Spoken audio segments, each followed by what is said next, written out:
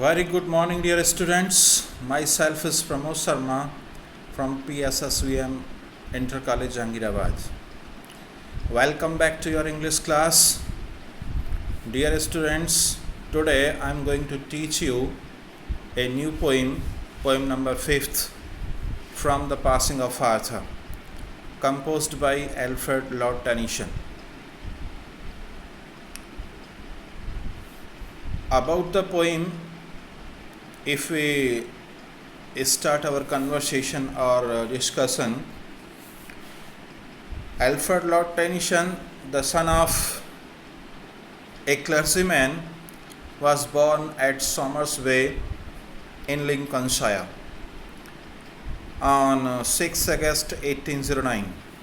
He was a great poet of his time. He was educated at Trinity College and Cambridge University. At Cambridge University, he won Chancellor's Medal for his poem Timbuktu in 1829. After the death of Wordsworth in 1850, he was appointed Poet Laureate. Being the Poet Laureate, he produced a number of occasional poems. Consequently, he was called newspaper of his time. In 1884, Queen Victoria created him Baron, and he sat in the Houses of Lords. If we talk about his works, his main compositions can be called as The Lotus Eaters, Morte d'Arthur, Ulysses the Prince, Enoch Arden, Idylls of the King. तो इस तरीके से अनेक प्रकार की उन्होंने रचनाएं की और कहा जा सकता है कि अल्फ्रेड लॉर्ड टेनिसन, जो कि एक पादरी पुत्र थे, लिंकनशायर के सोमर्सबे में पैदा हुए 6 अगस्त 1809 को। वे अपने समय के महान कवि थे। उनकी शिक्षा ट्रिनिटी कॉलेज तथा कैम्ब्रिज विश्वविद्यालय से हुई। कैम्ब्रिज विश्वविद्यालय में अपनी कविता टिम्बक्टू के लिए उन्हें 1829 में चांसलर मेडल प्रदान किया गया। 1850 में वर्ड्सवर्थ की मृत्यु के बाद उन्हें पोइट लॉरेट की उपाधि से नवाजा गया। पोइट लॉरेट होते हुए उन्होंने अनेक अवसरों पर अनेक कविताओं की रचना की। परिणाम स्वरूप उन्हें अपने समय का समाचार पत्र भी कहा जाने लगा। 1884 में क्वीन विक्टोरिया ने उन्हें बैरन बनाया तथा हाउस ऑफ लॉर्ड्स में वे बैठे। उनकी रचनाओं के बारे में बात करें तो lotus eaters, Morte d'Arthur, Ulysses the prince, idylls of the king उनकी बड़ी प्रमुख रचनाएं हैं। अगर हम कविता की बात करें, पोइम की बात करें, तो ये जो पोइम है आपकी the passing of Arthur is an extract from Tennyson's longer poem Morte d'Arthur, which is a closing book of Idylls of the King. In the Battle of Lyonsay, King Arthur was defeated and was badly wounded. He was sailing in a barge with his 3 queens to Avalon Island for recovery. Bedivere, his favorite knight, was very sad at the defeat of his king and dissolution of the Round Table. The king consoled him, saying that change is the law of nature. Howsoever good a system may be, it becomes corrupt in a long term. Therefore, God changes older because change is the law of nature. He should not worry. The king advises Bedivere that he should pray for the peace of his soul because more works are done by prayer. He should have faith in God. तो कथानक के विषय में कहा जा सकता है कि ये जो कविता है आपकी the passing of Arthur, Morte d'Arthur नाम की जो लंबी कविता है, लॉन्ग पोइम है टेनिसन की, उसका एक सार है, जो कि एडल्स ऑफ द किंग जो पोइम है उसकी एक क्लोजिंग बुक कही जा सकती है, अंतिम किताब कही जा सकती है। लियोनसे के युद्ध में, लियोनसे की लड़ाई में राजा आर्थर पराजित हो गए और बुरी तरह से घायल हो गए। अपनी 3 रानियों के साथ स्वास्थ्य लाभ करने के लिए राजा आर्थर एक तिकोनी नाव में बैठ कर के एवलियन द्वीप की यात्रा कर रहे हैं। अपने राजा की पराजय तथा राउंड टेबल संस्था के नष्ट होने पर उनका जो प्रिय सेवक है, सामंत है बिडिवियर, वह बहुत दुखी है और यह कहते हुए कि परिवर्तन ही प्रकृति का नियम है, राजा ने उसे सांत्वना दी और कहा कि कोई भी प्रणाली कितनी ही अच्छी क्यों ना हो, समय के साथ साथ वह भ्रष्ट हो जाती है, उसमें करप्शन आ जाता है। राजा बिडिवियर को परामर्श देते हैं कि उसे उसकी आत्मा की शांति के लिए प्रार्थना करनी चाहिए, क्योंकि बहुत सारे कार्य प्रार्थना के द्वारा संपन्न हो जाते हैं। उसे चिंता नहीं करनी चाहिए और ईश्वर में विश्वास रखना चाहिए। तो मुख्य जो एक टीचिंग है, what does teaching want to convey the poet, that is changes the law of nature. अब इस पोइम का जो टेक्स्ट है वो देखेंगे, उसका एक्सप्लेनेशन देखेंगे। And slowly answered Arthur from the barge, the old order changes yielding place to new. And slowly और धीरे धीरे, answered उत्तर दिया आर्थर, राजा आर्थर ने, फ्रॉम द बार्जे यानी तिकोनी नाव में बैठ करके।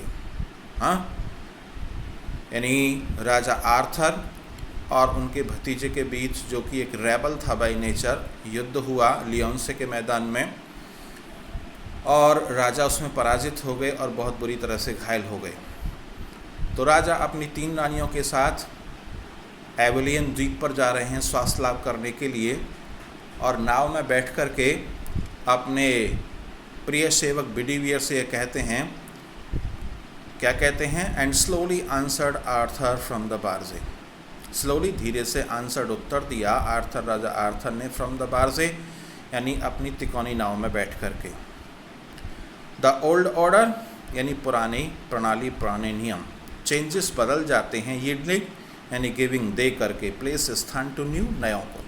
हाँ, जो हमारे पुराने नियम होते हैं, कानून होते हैं, प्रणालियाँ होती हैं, सिस्टम्स होते हैं, वो नयों को रूप दे करके बदल जाते हैं, यानी उनके स्थान पर नए नियम आ जाते हैं, नई प्रणाली आ जाती हैं और पुरानी संस्थाएं, पुराने नियम खत्म हो जाते हैं। And God fulfils himself in many ways. कभी कहते हैं एंड गॉड, ईश्वर, फुलफिल्स यानी पूरी कर लेता है, हिमसेल्फ अपनी इच्छाओं को, इन मैनी वेज कई तरीक़ों से। यानी what does God want to do, he himself is able to do that, यानी God is able to do everything, यानी जो भगवान करना चाहता है, जो ईश्वर करना चाहता है, उसको करने के उसके पास बहुत सारे तरीके होते हैं, हजारों लाखों तरीके होते हैं, वो अपनी इच्छा को पूरा कर लेता है। और कहते हैं आगे, lest one good custom should corrupt the world. Lest कहीं ऐसा ना हो, वन गुड कस्टम, एक अच्छी प्रथा, एक अच्छी परंपरा, शुड करप्ट, भ्रष्ट न कर दे द वर्ल्ड, माने संसार को। यानी कवि का मानना है कि एक बहुत अच्छा कोई संस्था बनी, अच्छे उद्देश्य को लेकर के बनी और समय के साथ साथ उसमें भ्रष्टाचार पनप गया, तो कवि का मानना है कि उस संस्था का, उस प्रणाली का, उस कानून का नष्ट हो जाना ही बेहतर है, क्योंकि वह संस्था, वह कानून यदि समाज में बहुत दिनों तक बना रहेगा तो वह सारे संसार को करप्ट कर सकता है, सारे संसार को भ्रष्ट कर सकता है। इसलिए उसे समाप्त हो जाना ही चाहिए, क्योंकि change is the law of nature, क्योंकि परिवर्तन प्रकृति का नियम है। कहते हैं आगे, comfort thy self, what comfort is in me. Comfort, आराम प्रदान कीजिए, दाई सेल्फ, अपने आप को, व्हाट कंफर्ट इज इन मी, जिस प्रकार की सांत्वना, जिस प्रकार का आराम मेरे अंदर है। यानी कवि अपने सेवक बिडिवियर को संतोष देते हुए, उसको सांत्वना देते हुए कहते हैं कि हे बिडिवियर, अपने आप को सांत्वना प्रदान करिए और ऐसी जिस तरह की सांत्वना, जिस प्रकार का आराम मेरे अंदर है। I have lived my life and that which I have done. I have lived, मैंने जी लिया है, माई लाइफ, अपने जीवन को, मैंने तो अपने जीवन को जी लिया है, and that which I have done, और जो कुछ मैंने किया है मैंने कर लिया है, यानी जो कुछ भी उनको करना था राजा आर्थर को वो कर चुके हैं, अपना जीवन जी चुके हैं। May he within himself make pure, हाँ, और क्या करते हैं, प्रार्थना करते हैं ईश्वर से। मे पहले आ गया तो सेंटेंस क्या हो गया, ऑब्जेक्टिव हो गया। ईश्वर करे विद इन हिमसेल्फ, अपने साथ, मेक प्योर, मुझे पवित्र कर दे, हाँ, यानी कवि प्रार्थना करते हैं कि हे ईश्वर, मुझको और मेरे द्वारा किए जाने वाले गलत कार्यों को आप अपनी शक्ति से पवित्र कर देना। बट दाउ, लेकिन तुम, if thou shouldst never see my face again, but thou का मतलब हे बिडिवियर, तुम, यदि तुम, शुड नेवर से, सी, कभी ना देख पाओ, माई फेस, मेरा चेहरा, अगेन, दोबारा, लेकिन हे बिडिवियर, यदि आप मेरा चेहरा दोबारा ना देख पाएँ तो क्या करना, pray for my soul, pray, प्रार्थना करना, फॉर माई सोल, मेरी आत्मा के लिए, यानी मेरी आत्मा की शांति के लिए आपको क्या करना है, प्रार्थना करनी है। क्यों करनी है, more things are wrought by prayer, more things, बहुत सारे कार्य, I wrought, are done, are completed, पूरे हो जाते हैं, बाई प्रेयर, प्रार्थना के द्वारा। यानी कवि का मानना है कि ईश्वर की प्रार्थना में इतनी शक्ति होती है कि ऐसे ऐसे कार्य प्रार्थना के द्वारा संपन्न हो जाते हैं जिनकी हम क्या नहीं कर सकते। कहता है कवि, this then this world dreams of, then की अपेक्षा दिस वर्ल्ड, यह संसार, ड्रीम्स ऑफ, उस सपने में भी नहीं देख सकता। यानी प्रार्थना के द्वारा ऐसे कार्य पूरे हो जाते हैं जिसको कि एक सांसारिक व्यक्ति सपने में भी नहीं सोच सकता, कल्पना भी नहीं कर सकता। वेयरफॉर, वेयरफॉर का मतलब देयरफॉर, लेट दाई वॉइस, अपनी आवाज़ को, राइज माने उठाइए, लाइक ए फाउंटेन, एक फव्वारे की तरह, हाँ, फॉर मी, मेरे लिए, नाइट एंड डे, दिन रात, इसलिए अपनी आवाज़ को ऐसे मेरी प्रार्थना के लिए निकालते रहिए जैसे कि एक फव्वारा, हाँ, दिन रात गति करता रहता है, दिन रात चलता रहता है। इसलिए हे बिडिवियर, एक फव्वारे की तरह मेरी आत्मा की शांति के लिए दिन रात काम करते रहिए, प्रार्थना करते रहिए। For what are men better than sheep और गॉड्स, फॉर वाट, किस लिए, आर मैन बेटर, आदमी अच्छे होते हैं, श्रेष्ठ होते हैं, देन शीप और गॉड्स, शीप माने भेड़ और गॉड्स बकरियां, यानी पशुओं से। यानी किस कारण से मनुष्य को पशुओं से, जानवरों से, भेड़ बकरियों से श्रेष्ठ माना गया है, हाँ, कहते हैं that nor is a blind life with in the brain, इस कारण से कि मानव में क्या होता है, मस्तिष्क होता है, विवेक होता है, ज्ञान होता है। फॉर वाट, जिसके लिए, आर मैन बेटा, दैट नॉरिश, जो कि पालते हैं, पोसते हैं, ब्लाइंड लाइफ, एक अंधे जीवन को, विद इन द ब्रेन, मस्तिष्क होते हुए भी, यानी ऐसे लोग जिनके अंदर मस्तिष्क होता है, मानव के अंदर होता है मस्तिष्क, और जो मस्तिष्क होते हुए भी अपने जीवन को अंधकार में गुजार देते हैं, अर्थात ईश्वर की प्रार्थना नहीं करते, अर्थात ईश्वर को मानते नहीं हैं। ऐसे लोग क्या होते हैं, ऐसे लोग भेड़ बकरियों की तरह होते हैं, पशुओं की तरह होते हैं, जो ईश्वर को जानते हुए भी उसको मानते नहीं हैं, उसकी आराधना नहीं करते हैं, उसको पूजा नहीं करते हैं। इफ़ नोइंग गॉड, यदि भगवान को जानते हुए, दे लिफ्ट नॉट, वे नहीं उठाते हैं, हैंड्स माने हाथ, ऑफ प्रेयर, प्रार्थना के, हाँ, फॉर देमसेल्स, उनके लिए, एंड दोज, और उनके लिए, हु कॉल देम फ्रेंड, जिनको कि वो मित्र कहते हैं। यानी ऐसे लोग जो भगवान को जानते हुए भी न तो अपने लिए प्रार्थना करते हैं और न उन लोगों के लिए प्रार्थना करते हैं जो उनके मित्र होते हैं।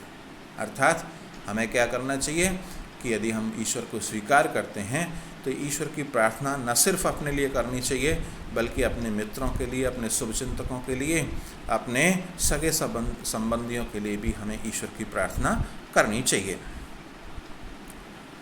For so the whole round earth in every way bound by gold chains about the feet of God.